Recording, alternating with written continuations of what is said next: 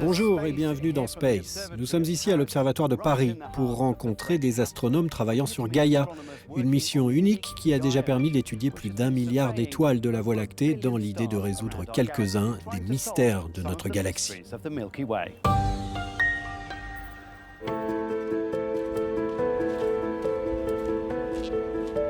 Frédéric Arnoux fait partie des quelques centaines de scientifiques qui fouillent dans la quantité astronomique de nouvelles données fournies par le télescope spatial Gaïa. La mission vient de dresser le catalogue d'étoiles le plus riche jamais élaboré. L'espoir, c'est que grâce à lui, nos connaissances sur la Voie lactée connaissent, comme l'univers, une phase d'expansion. Voici notre galaxie, la Voie lactée. 100 000 années-lumière de longueur, nous sommes à peu près à 26 000 années-lumière du centre. On la connaît très mal, et bien sûr ça c'est une image d'artiste. On connaît mal le nombre de bras de la galaxie, où se forment les étoiles. Gaïa va nous le dire. Et Gaïa devrait nous en dire long. Le télescope de l'ESA, l'Agence spatiale européenne, a réalisé des mesures de haute précision de près d'1,7 milliard d'étoiles. Soit plus de 10 fois plus que lors de la précédente mission européenne avec le satellite Hipparcos. C'est tout simplement une étape décisive dans l'histoire de l'astronomie. D'un seul coup, on a un échantillon énorme d'objets pour lequel en fait on connaît leur distance, donc on connaît leur luminosité.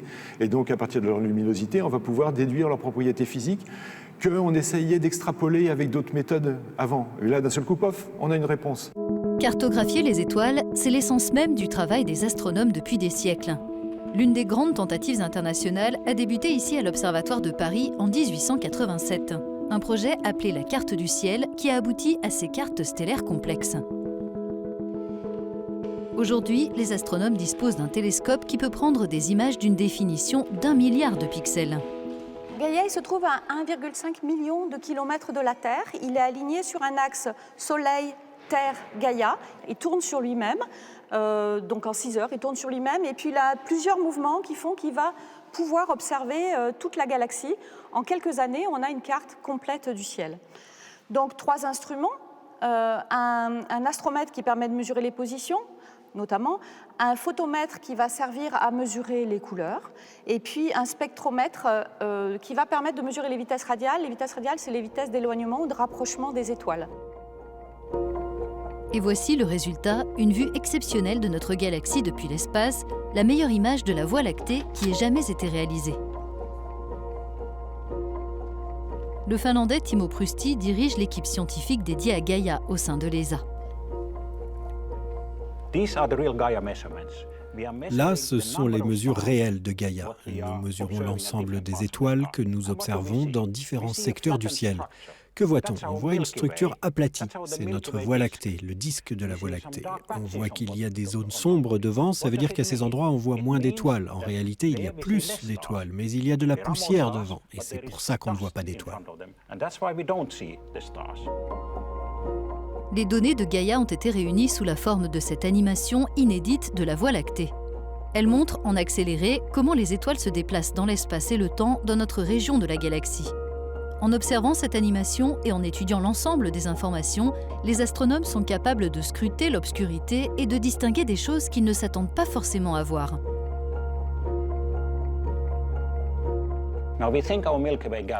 On pense que notre Voie lactée est un disque avec une structure spirale où tout se déplace dans une magnifique rotation.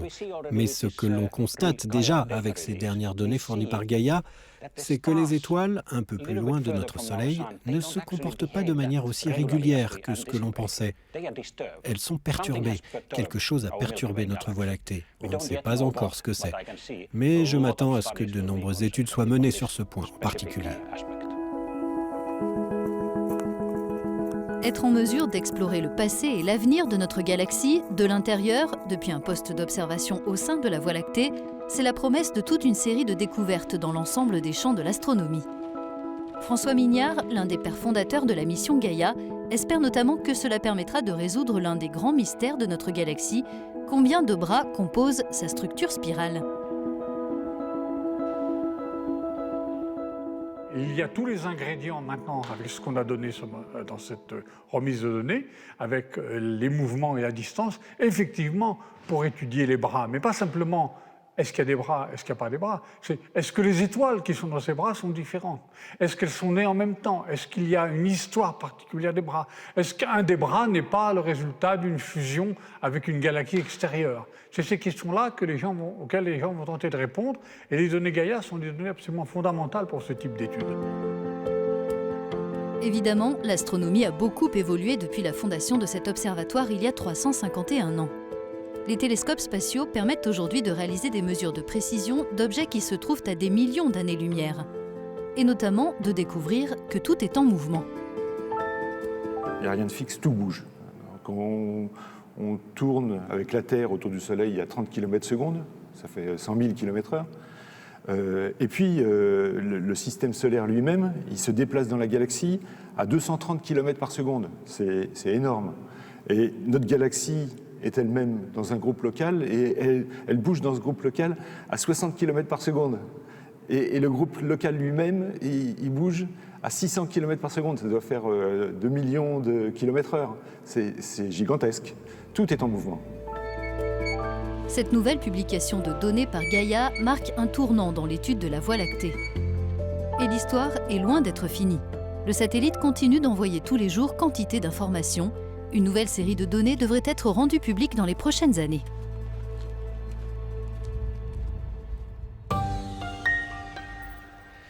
Passons à notre moment de l'émission où nous sollicitons des spécialistes pour répondre à vos questions sur l'univers envoyées avec le hashtag AskSpace. Nous sommes ici au siège de l'ESA à Paris avec Luisa Innocenti, responsable du programme Clean Space. Luisa, beaucoup de questions sur les débris spatiaux. Combien y en a-t-il exactement? C'est la question d'Isaac Gutiérrez. Depuis Spoutnik en 1957, nous avons lancé quelques 5000 fusées qui ont mis en orbite environ 8000 satellites. La plupart d'entre eux sont morts et ils ont atteint leur fin de vie. Une partie d'entre eux sont encore opérationnels, il y en a à peine 1200. Certains satellites se sont fragmentés en petits morceaux, en petits débris, ce qui fait qu'aujourd'hui on a environ 29 000 objets mesurant plus de 10 cm qui sont sous surveillance. Nous avons une autre question d'Hilaria Cinelli. Elle aimerait savoir, vu la quantité de débris dans l'espace, serait-il possible de les recycler d'une manière ou d'une autre? Un jour, on les recyclera, mais on n'y est pas encore. Nous devons d'abord apprendre comment récupérer un débris. C'est quelque chose qui n'a jamais été fait, qui n'est pas facile. Une fois qu'on saura comment faire ça, il faudra aussi apprendre à refaire le plein, changer des pièces et tout ce que ça implique. Donc c'est une approche par étapes. En attendant, nous devrons aussi nous efforcer de réduire les coûts de tout ça. Mais ça va se faire dans l'avenir. Génial, merci beaucoup. N'hésitez pas à nous envoyer vos questions sur l'univers avec le hashtag AskSpace et nous essaierons d'y répondre. En attendant, retrouvez d'autres infos sur l'espace sur euronews.com.